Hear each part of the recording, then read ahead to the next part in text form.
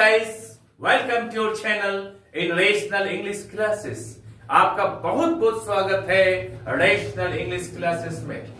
प्यारे बच्चों, आज हम लोग पढ़ेंगे ऑर्थोग्राफी के बारे में। ग्रामर के 5 भाग होते हैं। पहला है ऑर्थोग्राफी, दूसरा है एटोमोलॉजी, तीसरा है सिंटेक्स, चौथा है पंक्चुएशन, पांचवा है प्रोजेक्टिव। आज हम लोग पहला अर्थात ऑर्थोग्राफी के बारे में पढ़ेंगे। ऑर्थोग्राफी किसे कहते हैं? ऑर्थोग्राफी वर्ण विचार को कहते हैं, जहां पर हम लोग वर्णमाला के बारे में पढ़ते हैं, अर्थात ABCDEFG। इसका सही जानकारी के लिए हम ऑर्थोग्राफी को पढ़ते हैं। आज हम लोग पढ़ेंगे किसके बारे में? टी का उच्चारण के बारे में। कहां पर टी का उच्चारण चौ के समान होता है, कहां पर थौ के समान होता है, कहां दो के समान होता है, कहां थौ के समान होता है, इत्यादि इनके बारे में पढ़ेंगे। आप वीडियो को अंत तक देखिए, सारा कंसेप्ट को समझिए। चले हम लोग शुरू करते हैं। टी का उच्चारण।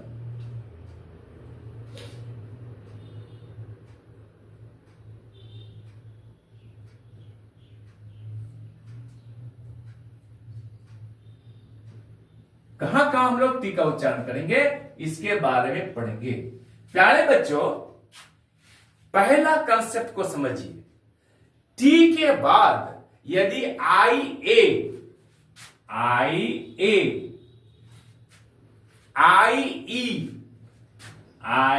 ई और आई ओ इत्यादि में से कोई भी हो, टी के बाद आई ए, आई ई या आई ओ इत्यादि में से कोई भी हो, तो उस टी का उच्चारण 100 के समान होता है। ये 100 के समान होता है। अब हम लोग इसको उदाहरण के द्वारा स्पष्ट करते हैं। जैसे हम लोग लेते हैं आई ए, तो इसका एग्जाम्पल क्या? Initial INITIAL। यहां पर टी के बाद आई ए आया है, इसलिए इस टी का उच्चारण तालिब के अनुसार होगा। जैसे हम लोग पढ़ेंगे इनिशियल का अर्थ होता है प्रारंभिक।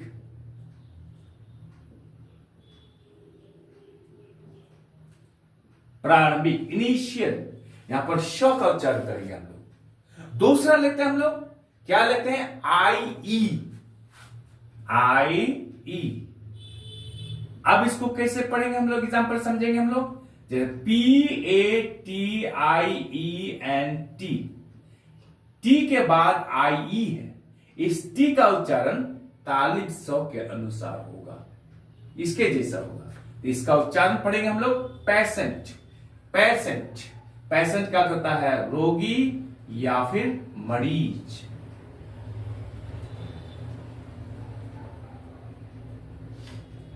समझ गए? अब तीसरा एग्जांपल लेते हैं लोग, IO। प्यारे बच्चों, इसको ध्यान से देखिएगा। IO PORTION,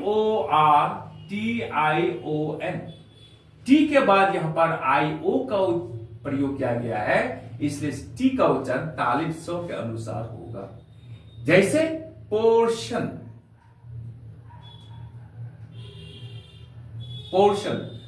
का अर्थ क्या होता है? भाग या फिर हिस्सा।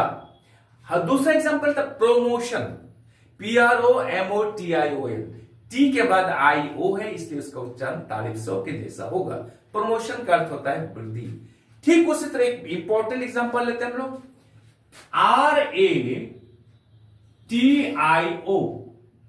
प्यारे बच्चों, टी के बाद यहां पर IO का प्रयोग हुआ है, इसलिए यहां पर देखिएगा हम लोग इसको रेशियो बोलते हैं। आज के बाद रेशियो नहीं पढ़िएगा, उसका सही उच्चारण है रेशो।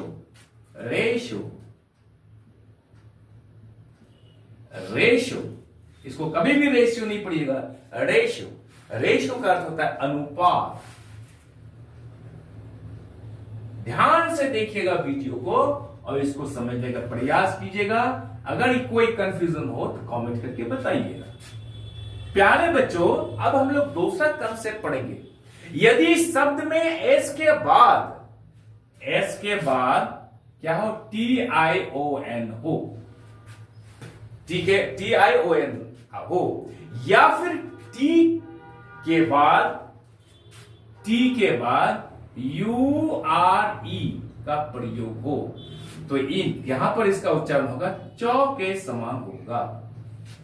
याद रहे, यदि शब्द में एस के बाद TION आए या टी के बाद URE आए तो टी का उच्चारण चौ के समान होगा।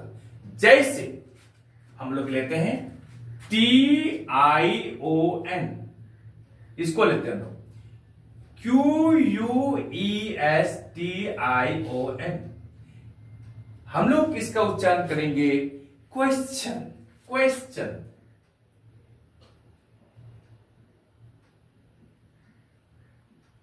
क्वेश्चन का अर्थ होता है प्रश्न। यहां पर एस के बाद TION का प्रयोग किया गया है, इसलिए इस यहां का इसका उच्चारण होगा चौ के समान होगा, क्वेश्चन। दूसरा एग्जांपल हम लोग लेते हैं क्या, URE का लेते हैं हम लोग। जैसे URE हम लोग लेते हैं क्या, FUTURE। प्यारे बच्चों, टी के बाद यहां पर URE का प्रयोग किया गया है, इसलिए टी का उच्चारण चौ के समान होगा। इसका उच्चारण होगा फ्यूचर का अर्थ भविष्य, बोलते हैं फ्यूचर टेंस, भविष्यकाल। ठीक उसी तरह से पढ़ते हैं हम लोग नेचर, NATURE, टी के बाद URE का प्रयोग किया गया है, इसका अर्थ होता है नेचर का अर्थ प्रकृति।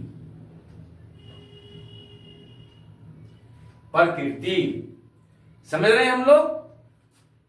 अगला लेते हैं हम लोग कल्चर, CULTURE, कल्चर। यहां पर टी के बाद जैसे CULTURE, या टी के बाद URE का प्रयोग किया गया है, इसका उच्चारण होगा टी का चौ के समान होगा, कल्चर का अर्थ होता है सभ्यता। समझ रहे हैं आप लोग। हम इस नए कंसेप्ट को अच्छी तरह से समझ लीजिए हम लोग, ताकि हम लोग गलती नहीं करेंगे।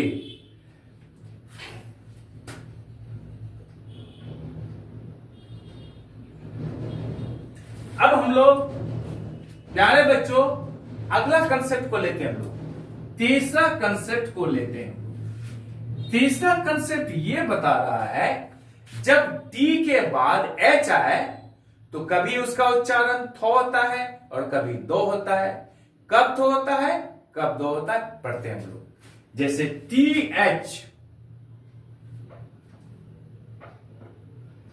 TH बराबर थो और TH बराबर दो।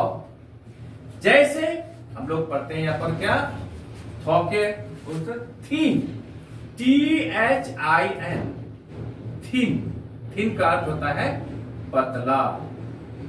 ठीक उसी तरह से हम लोग पढ़ते हैं थिक, THIC के थिक का अर्थ होता है घना। यहां पर TH का उच्चारण थो के समान हुआ है। यहां पढ़ते हैं हम लोग दो के समान, जैसे THIS, दिस का अर्थ होता है यह। उसके बाद पढ़ते हैं हम लोग दैट, THAT, दैट का अर्थ होता है पर वह। Am I clear? इस कंसेप्ट को समझ गए होंगे। प्यारे बच्चों, चौथा कंसेप्ट को हम लोग समझ रहे हैं, ये बहुत ही इंपॉर्टेंट है। चौथा कंसेप्ट ये है, कभी कभी TH का उच्चारण टॉ के समान होता है, टॉ। अब कैसे, एग्जांपल के द्वारा समझते हैं हम लोग। जैसे THOMAS, इसको हम लोग अक्सर बोलने में गलती करते हैं। THOMAS, इसको हम लोग पढ़ते हैं थॉमस। प्यारे बच्चों, थॉमस बिल्कुल गलत है, इसका सही उच्चारण है टॉमस।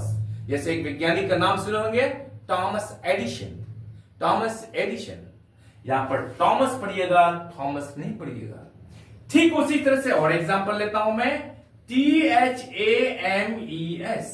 इसको कभी भी थेम्स नहीं बोलिएगा, इसको हम लोग बोलेंगे टेम्स। टेम्स एक नदी है लंदन में, उसको थेम्स नहीं पढ़ेंगे, हम लोग टेम्स पढ़ेंगे। ये दोनों शब्दों में बच्चे अक्सर कंफ्यूज करते हैं। आज के बाद से सारा कंफ्यूजन खत्म। प्यारे बच्चों, अब हम लोग पांचवा कंसेप्ट पढ़ते हैं। पांचवा कंसेप्ट ये है कि कुछ ऐसे शब्द हैं जिसमें टी का उच्चारण किया ही नहीं जाता है, अर्थात टी साइलेंट रहता है। जैसे OFTEN, हम लोग इसको ऑफ्टन नहीं पढ़ेंगे, हम लोग बोलेंगे ऑफन। ऑफन का अर्थ होता है अक्सर। ठीक उसी तरह से दूसरा एग्जांपल लेते हैं हम लोग, कैसल। CASTLE, castle. कैसल का अर्थ होता है महल। तीसरा एग्जांपल हम लोग लेते हैं, हम लोग क्या, हसल। HUSTLE। यहां पर हस्टल नहीं पढ़ेंगे हम लोग, क्या पढ़ेंगे हम लोग, हसल। हसल का अर्थ होता है जोर से धक्का देना। जोर से धक्का देना। प्यारे बच्चों, अगला कंसेप्ट मैच। MATCH, match. यहां पर टी क्या है, MATCH, यहां पर टी साइलेंट है। मैच का अर्थ होता है मुकाबला। प्यारे बच्चों, इस तरह से बहुत सा वर्ड मिलेगा आपको जहां पर टी साइलेंट आता है, अर्थात कैच, CATCH, कैच। कैच मैंने पकड़ना, यहां पर टी साइलेंट है। यहां पर विच, WITCH, विच का अर्थ जादू करनी, यहां भी टी साइलेंट है। वॉच, WATCH, वॉच का अर्थ होता है घड़ी या पहरा करना भी होता है, वहां भी टी साइलेंट है।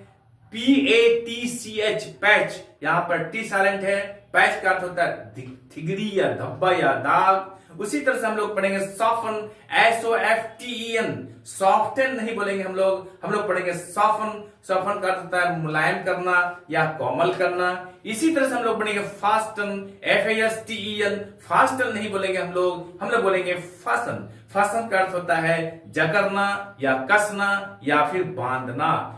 ठीक उसी तरह से रसल, RUSTLE, रसल। रसल का अर्थ होता है खरखराना। प्यारे बच्चों, आई एम श्योर कि वीडियो आपको अच्छी लगी होगी, आप सारा कंसेप्ट को समझ गए होंगे। आप चैनल को लाइक और सब्सक्राइब कर दीजिए तथा बगल वाला बेल आइकन को दबा दीजिए, जिससे कि हर आने वाले वीडियोस का नोटिफिकेशन आपको मिलता रहे। आप लोग खुश रहें, पढ़ते रहें, आगे बढ़ते रहें। बाय।